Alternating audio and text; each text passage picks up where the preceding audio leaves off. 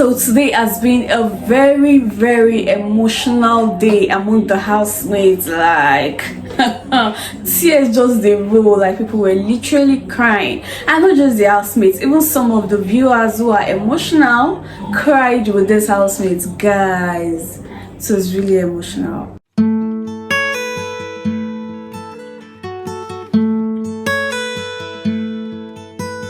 Super welcome to my channel. Thank you so much for just a moment today. I hope you're all doing good, and I'm here to share the updates on what's going on in the Big Brother Titan's house right now with you. What happened, what actually made them start sharing their story, what got everybody emotional was that Big Brother told them to play a game. It was a game of dice rolling and all that. So they were supposed to roll a die, answer the question that comes with the face of the die that they rolled, just to get to know each other better. You know, Big Brother said this week is about getting to know each other better and all. So while they were answering those questions, you know, some kind of answers started going deep, everything started getting emotional, and some people started sharing really emotional tough stories. So I'll just be sharing some stories. You know, today I told you that I think the diary section was supposed to start today. Yes, it actually started, but I think based on the stories and revelations that were coming out, Big Brother had to stop the diary section literally, so viewers can get a glimpse of what the housemates are talking about. So the thing is, some housemates had already answered some questions while some people were in the diary room, so we didn't really get to see their own part of what they said, but they altered the diary section. I think they did that because of what these people were sharing, because only two housemates did their diary section today, just Black Boy and Nelisa, I guess. Black Boy and Nelisa, they were the only two people that did their diary section today, so they had to alter it so we can enjoy what the people were saying. And I'm here to give you like the story in case you missed it, or in case you just want to be sure of what you heard. Please share this video and click on the like button and subscribe if you haven't. Thank you so much. So guys, different things, like people have been through a lot, like see when you see a celebrity and you just think that the next thing you want to start doing is to body shame them, to judge them. Like I'm always like, take it easy, don't be too fast to make people feel bad, because you don't even know what's going on in their head. Make it not be your comments, then you can make person commit suicide. Anyways, Yemi Gretz has been trying to get into the Big Brother house for 5 years. It's 30 years now, so he has been trying since when he was 25 years old. He has been trying, he has been auditioning, and every time he doesn't get picked. So this is the time that he got picked for the show. Okay, let me start with, I don't even know what story I'm gonna start with. I want to start with something light. Okay, Black Boy has never taken alcohol before. Like, even the husband's like, okay, you've never like said you want to taste to know what it feels like or something. It was like, funny enough, everybody around him takes alcohol. Like, if he's having a party in his house, he gets alcohol, lots and lots of alcohol. As a matter of fact, he tries to get the best for his folks who takes alcohol, but himself, he doesn't take alcohol. Maybe at some point he has mistakenly put alcohol inside his mouth though, but like me, he wants to now take a glass and now drink the alcohol. It has never ever happened before. So we have Black Boy who doesn't take alcohol. Then Jenny O speaks about her dad being alive, but she doesn't know him. He's not dead, he's alive, but like he's like dead to her because she doesn't know him, she doesn't feel his impact. Do you understand? And then those kind of things, the fact that the father left her and her mom, it's just her mom who has been there, who has been struggling to take care of her and everything. So sometimes she's like, what kind of offense, what did my mother really do for this man to just abandon us like this? Like, that's one question she keeps asking herself. Like, where did we go wrong? What did my mom really do to this man? You know, sometimes she just wants a father figure and is not just there for her, so it makes her feel really bad. She says, and this has even affected her relationship with the opposite sex. Like, she doesn't just it has really affected her relationship. She doesn't know how to trust. She doesn't want the same thing that happened to her mom to happen to her. Being a single mother, trying to raise a child, all those kind of things. So it has really affected her relationship with men. Yaya also spoke about her insecurity. She said she's very insecure because she has always wanted a guy that would love her, that would respect her, that would, just love her genuinely. And she has been in past relationships, abusive relationships, that because she always feel like maybe she's not good enough for the men. And the thing is, she's the only fat person in her house. Amongst her siblings, she's the only fat person. Her siblings can eat and not just add weight. There are people like that. So she has been thinking that being fat is a problem. So since when she was at the age of 10, that's when she has been trying to lose weight. So you that you are quick to judge or insult people that you think they have weight, you think they are not living healthy, some people are actually trying. Do you get? So anyway, she said she has been trying to lose weight. She has tried all the imagine that you've been trying to do this since the age of 10. That means you've tried really different things, but it's just the way she is. I feel like her body is so beautiful. Like look at Yaya now. Yaya is really beautiful. I feel like she's really cute like that, Sha. So she says she has been trying to lose weight, and she has always wanted to become a model, because sometimes her mom will tell her, I wish you're not this fat, I wish you were slim, so that you would audition for this, audition for that. She wanted her to be a model, and she really wanted to be a model. So she was doing everything she could to lose weight, just because she wanted to fit into what it takes to become a model. She wasn't even thinking that, I have to be tall, I have to be tall in order to become a model. She wasn't thinking that way. All she just wanted to do was to slim down and slim down, and that has affected. Like, she now feels like she's not good enough. So if a man is even coming to a relationship with her, if a man is trying to date her, like the man is doing her a favor, you get that kind of thing. So anyways, that's Yaya's story. But the good thing is that she's better, she's stronger, she now has a healthy self-esteem, and all of that she even wants to own a makeup brand that should be able to train other women so they'll become self-sufficient, and then they'll have the ability to walk out of relationships that are not good and are abusive to them. Then we have Luke's story. He said he's just a very believing person. He has faith. He says that getting into the Big Brother Titan's house, like after they did the audition and everything, so as if they put him inside by mistake. They already selected the people they were going to select. Like, they're supposed to be 13 of them. She said, oh yeah, you two just enter with a chaperone and all those things. Like, it was an accident, you get. So when he got to where they were going to do the medical checkup now, then the doctor now said, you're not supposed to be here, it's supposed to be 13. Why are you here? He was like, he doesn't know. They're like, okay, just come in, let's just run the test to get that kind of level. After they ran the test, he went back home. He was expecting a meal, no meal. First week, second week, no meal. He said, so one day he was just walking by the beach, just taking a stroll and all that, and then a small Indian boy came to him and said, this bracelet, please buy it for me, I want to use it to pay for shelter. So he was like, okay. He bought the bracelet from the boy, gave him some extra money, you understand, since it was a little boy trying to make a living, gave him some extra money.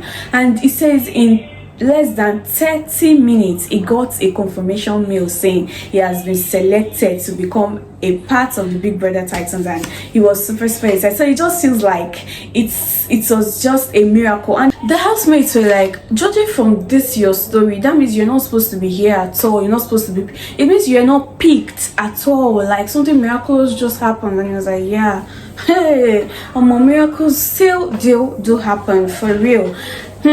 All right, so apart from that one, Juicy J's story, the one that got everybody emotional, okay, not emotional, but most of the housemates started to cry. Juicy J was the last person to share his story, and it was at the point when he started sharing his story that almost all of them started crying. And even the Juicy J that was sharing the story did not cry. Some people, they are emotional about something, but they don't just share tears. You will not see tears coming out of their eyes and all that. So Juicy J's story is like, he has always wanted his father to be super proud of him. Everything he has always done is to make his father super proud of him. He says there's this generational stuff that happens, that his grandfather never liked his great grandfather, his father never liked his grandfather. Like, they always have something negative to say about their fathers, but when they talk about their mother, they always their everything. He says, but he has always liked his father to be proud of him. That's always what he has always wanted to do. Then he did something very wrong few months ago, before he got into the house, that he was very disappointed, and he knows that his father was very disappointed in him as well. He just felt like he let the father down. You understand all those kind of things, Sha? But he was Sha like talking about how he's always, you know, the part that he's always trying to fight for his father's love, Sha. That's what just got people emotional. People were tearing and all those things. The ladies had to go to one corner, they were crying. Black boy went to sit in one corner, he was crying. A boo went to the bathroom, he just sat there, he was crying, his face was so red. And you know, when they were all speaking, they were like, that's when the ladies started talking about the father wasn't there for them, they just felt they had a father figure, you get all these kind of things. And then Juicy J mentioned something as well. He said there are some phases in his life where he didn't want to speak with his friend. No, at that point, it wasn't his friend he wanted to speak with, it was his father. He really needed a father figure. You get all these kind of things, those kind of moments, and then it was very, very painful for him and all of that. Now, saving this, I don't know if I should call it the best story, but this was one story that got me like, today I had to just save it for the last, and that is Nana's story. You know, Nana said it that she likes piercing, you get. And then when they were asking the questions, before everybody started sharing their stories and all that, when they said what is that one bad habit that she has, she says it's inflicting pain on herself. She likes pain. That's why she likes piercing, like something that will pain her. That's what she likes to do. And I'm like, okay, is this supposed to be normal? Like someone who hasn't been through heavy life things, do these things really happen? But she's like, that's what she likes. She likes to inflict pain on herself. But when everybody was not sharing their story, that's when she now started talking with some group of ladies, sharing her own story. She said she has been on the streets for the longest of time. From a very young age, she has been on the streets. She says that her parents never looked out for her, and you know, she had to say to the microphone that she really, her parents, like she was like, she's not even scared of saying, she had to take her microphone to her mouth to say that she doesn't like them at all and she wants them to hear. She said she hopes that they are watching this so they will know, because they've put her through some kind of thing. She was like, if you know that you're not ready to take care of a child, well, why did you birth the child in the first place? She said she has had to do things that she's not even proud of at all. She's had to put herself through things that she's not proud of. She says sometimes she wants to stop these things, but she's thinking, if I stop it, where will the next meal come from? If I stop it, what's going to happen next? She says it has just been a traumatic experience for her. She said when she auditioned and she wanted to come into the Big Brother Titans house, she didn't even want to tell her dad, because she's like, what's the point? So when she told him, she just let her just tell him she was coming to the house. When she told him, he was like, no, he doesn't want her to do those kind of things. He wants her to come in, he wants her to go to school. And she was like, you want me to go to school, but you refuse to pay my school fees. She said the little education she has, she had to struggle to pay her fees, take care of herself through school. Every time she asks him for money, he doesn't ever give her. She said as a lady, sometimes she even be on her period, she'll go and ask him for money for sanitary pad as a child, and the father would not be able to give it to her. So she had to go and do unspeakable things. The story was so touchy. She didn't cry. She said she's even tired of crying. That she has cried and cried and cried to a point. She said now she doesn't know how to act. She doesn't have feelings. Like maybe doing intercourse and all of that.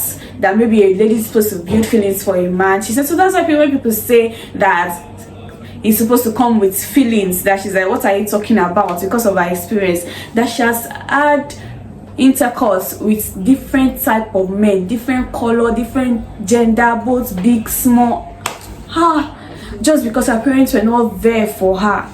And you know, this story is very typical in most Nigerian homes. Let me not say Africa because I've not been there, but we've also heard that parents just give birth and then they fail to do their responsibility on their child.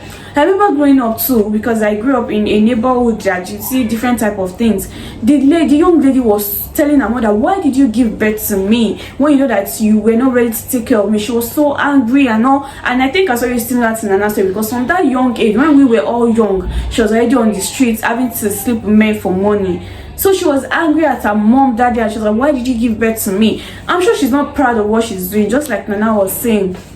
She said it had to take her ex, when she finally got into a relationship with her ex-boyfriend, he was not trying to help her enjoy pleasure, because she doesn't enjoy it. She's like, whatever you are coming with, she'll just like that, oh yeah, do what you want to do and just get out, because I've had it. So what type of experience do you want to come with that I have not gotten?